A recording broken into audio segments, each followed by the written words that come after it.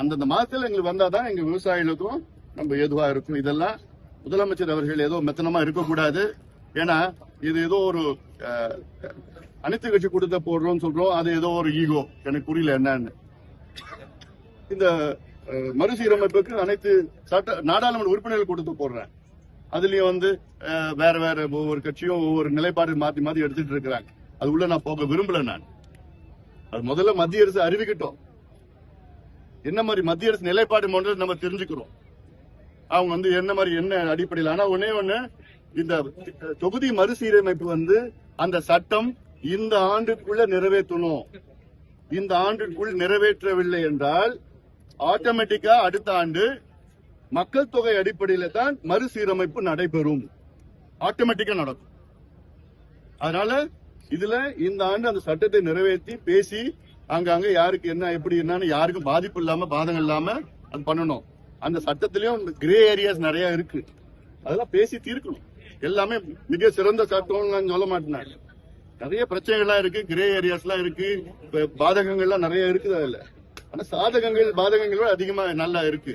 ஆனா இதெல்லாம் பேசி தீர்க்க வேண்டும். வேற என்ன கேள்வியில் இருக்கா? தமிழக முதலமைச்சர் சட்டசபையில என்கிட்ட ஊழல் பட்டியல் டேபிள் இருக்கு, நடவடிக்கை எடுக்க வச்சிடாதீங்க அப்படின்னு சொல்றாரு. அவர் நடவடிக்கை எடுப்பாங்க அப்படின்னா மக்கள் ஒரு மாற்றத்தை கொண்டு வந்திருக்காங்க. அவர் இந்த மாதிரி பேசுற நடவடிக்கை இளைஞர் மத்தியிலயோ இந்த ஓட்டு போட்டக மத்தியிலயோ அதிருப்தி ஏற்படுத்திருக்கு. நீங்க எப்படி பாக்குறீங்க? நடவடிக்கை எடுக்கணும்னு எல்லாரும் விரும்புறாங்க, அதை வச்சு அவர் வேற ஏதோ அவங்கள பார்கெயின் பண்ற மாதிரி வேற ஏதோ இருக்கு. அதாவது இந்த கடந்த 5 ஆண்டு காலம் திமுக செய்த ஊழல் இதுவரைக்கும் தமிழ்நாட்டு வரலாற்றுல இப்படி ஒரு ஊழல் எந்த கட்சியும் செஞ்சது கிடையாது. இதைத்தான் நாங்க தெருவா நாங்க பேசி ஆன்டி டிஎம்கே நிலைப்பாட்டை நாங்க மக்களுடைய மனநிலையை மாற்றி அந்த அடிப்படையில ஆட்சிக்கு நிறைய விஜய் அவர்கள் நிச்சயமாக இந்த 3 துறைகள் மட்டும் கிடையாது, கிட்டத்தட்ட 20 துறைகள்ல ஊழல் நடந்திருக்கு. அவர் 3 மட்டும் நினைச்சிட்டு இருக்காரு. 20 துறைகளுக்கு மேல ஊழல்னா சாதாரண ஊழல் கிடையாது. அதுல நிச்சயமாக நடவடிக்கை எடுக்கணும், வேகமா எடுக்கணும். மக்களுடைய நம்பிக்கை பெறுகின்ற வகையில வேகமாக எடுக்கணும். ஒரு உதாரணம் கனிம வளம் இருக்கு. கனிம வளம் கிட்டத்தட்ட ஒரு 30,000 கோடிக்கு கேரளாவில கடத்தி எடுத்துட்டு போயிருக்கிறாங்க கடந்த ஆட்சியாளர்கள். எத்தனையோ காட்ஃபாதர்களா இருக்காங்க. அதுக்கு என்ன பண்ணணும்னா அவங்க மேல வழக்கு போட்டு அந்த பணத்தை திரும்பி பெறணும். வாங்கி கஜானா அரசு கஜானா இன்னைக்கு காலியா இருக்குது, அதெல்லாம் திரும்பி. ஏன்னா அவங்களை ஒவ்வொருத்தரும் பிடிச்சோன்னு வச்சுக்கலாம். அதுவும் பொதுப்பணித்துறை நெடுஞ்சாலைத்துறை எல்லாம் ஓஹோன்னு அடிச்சு நாஸ்தி பண்ணிட்டாங்க. எல்லாமே இபில இருந்து போக்குவரத்து எல்லாமே பண்ணிருக்கிறாங்க.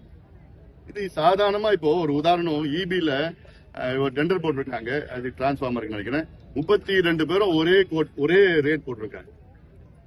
எப்படி 32 பேரும் ஒரே ரேட் போட முடியும்? ஒரே ரேட்னா ஒரே ரேட்.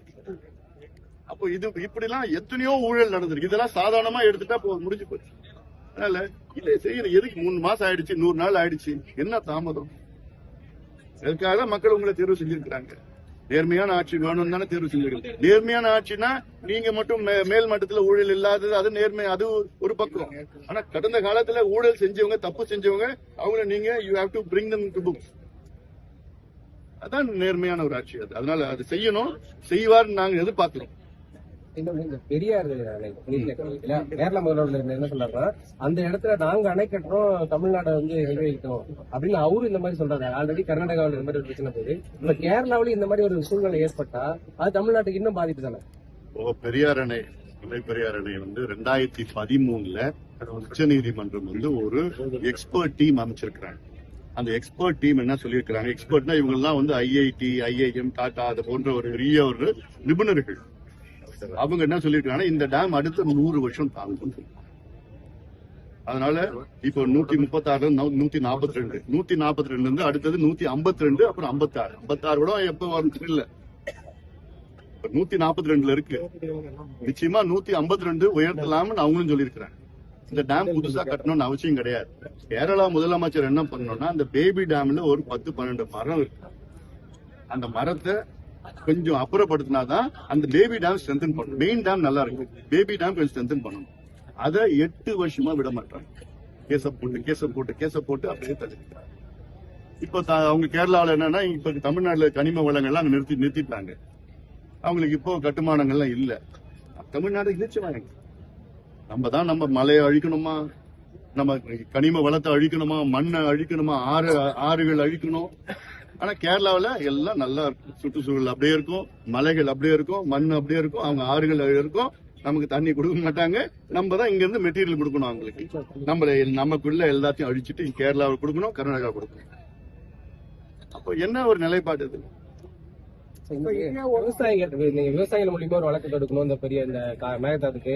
அதே போல சட்டப்பேரவையில சௌமியா மூலியம் ஒரு பெரிய இது கொடுத்துருக்காங்க. அங்க இருக்க மரங்கள் அழிப்பாங்க, ஒரு அரிய வகை விடங்கள்லாம் அழிப்பாங்க. ஆனா இதெல்லாம் வைத்து ஒரு வழக்கு தொடுக்காம அரசு காலதாமதப்படுத்திட்டு இருக்கு. இதுதான் அனைத்து கட்சி கூட்டத்தை கூட்டுங்கன்னு நாங்க சொல்றோம். இதெல்லாம் நாங்க யோசனைகள்லாம் சொல்லிட்டு இருக்கோம். வெளிப்படையா நாங்க உங்க மூலமா, ஊடகங்கள் மூலமா எவ்வளவு யோசனைகள் சொல்லிட்டு இருக்கோம். கேரளாவில முல்லை பெரியார் அணைய அந்த பேபி டேம்ல அந்த 10 மரத்தை வெட்டக்கூடாதுன்னு அந்த ஏன் நம்ம 8 வருஷமா பண்ண முடியலன்னா வெவ்வேறு வகையில வழக்கு போட்டிருக்கோம். என்வரன்மெண்டல், அப்புறம் அக்ரிகல்ச்சரல், அப்புறம் இது என்னென்னமோ வழக்கு போட்டு அப்படியே தள்ளி வச்சிட்டு இருக்காங்க. அதே போலதான் இங்க எத்தனையோ வழக்கு 12,500 ஏக்கர், அதாவது காடு. இந்த காடுகள்லாம் இல்லைன்னா ஆயிரம் ஆண்டுகள் பழமையான காடுகள் எல்லாம் நமக்கு மழை கொடுக்கிற காடு. இவங்க என்ன சொல்றாங்க, 12,500 ஏக்கர் நாங்க இங்க அழிச்சிடுவோம், எங்கேயோ தூரத்துல ஏதோ ஒரு 20,000 ஏக்கர் நாங்க கொடுப்போம். இதுக்கும் சம்பந்தம் இருக்கு. காட்டை அழிச்சிட்டு அதுக்கப்புறம் எங்கேயோ போய் அங்க போய் நீங்க நிலம் கொடுப்போம், அங்க நீங்க மரம் நட்டுங்க. அப்ப அதனால இதெல்லாம் ஏற்றுக்கொள்ள முடியாது. அதாவது என்வரன்மெண்டல் வச்சு ஒரு கேஸ போடணும், ஈகாலஜி வச்சு ஒரு கேஸ போடணும், அக்ரிகல்ச்சரல் வச்சு கேஸ போடணும், ட்ரிங்கிங் வாட்டர் வச்சு கேஸ போடணும். இது ஒன்னு அப்புறம் நடுவர் மன்றம் தீர்ப்பு, உச்சநீதிமன்றம் தீர்ப்பு, வெவ்வேறு வகையில பல வழக்குகள் போட்டு இப்போ மத்திய அரசிடம் மறுபடியும் வந்து டிபிஆர் வந்து கர்நாடக அரசு அமைச்சருக்கு போன வாரம் அவங்க அனுப்பியிருக்கிறாங்க. Revised detail project report. இத மத்திய அரசு வந்து மறுபடியும் அனுமதி கொடுக்க கூடாது. இதுக்கு என்ன செய்யணும்? முதலமைச்சர் அவர்கள் எங்களெல்லாம் கூட்டிட்டு போகணும். எங்களனா அனைத்து கட்சி தலைவர்கள், அனைத்து நாடாளுமன்ற சட்டமன்ற உறுப்பினர்களை டெல்லிக்கு அழைச்சிட்டு மோடி அவர்களை சந்தித்து அழுத்தம் கொடுக்கணும், நீர்வளத்துறை அமைச்சர் சந்திச்சு அழுத்தம் கொடுக்கணும். அப்பதான் அவங்களுக்கும் ஓஹோ இவங்க வந்து பாத்துருக்காங்களா யோசிப்பாங்க, யோசனைப்படும். இப்ப எதுவுமே கிடையாது. கர்நாடகாக்காரங்க போய் பாத்துட்டு இருக்காங்க, நம்ம பாக்கல. அப்போ ஒன் வே தான், ஒன் வே ஃப்ரீயா இருக்குது அவங்களுக்கு.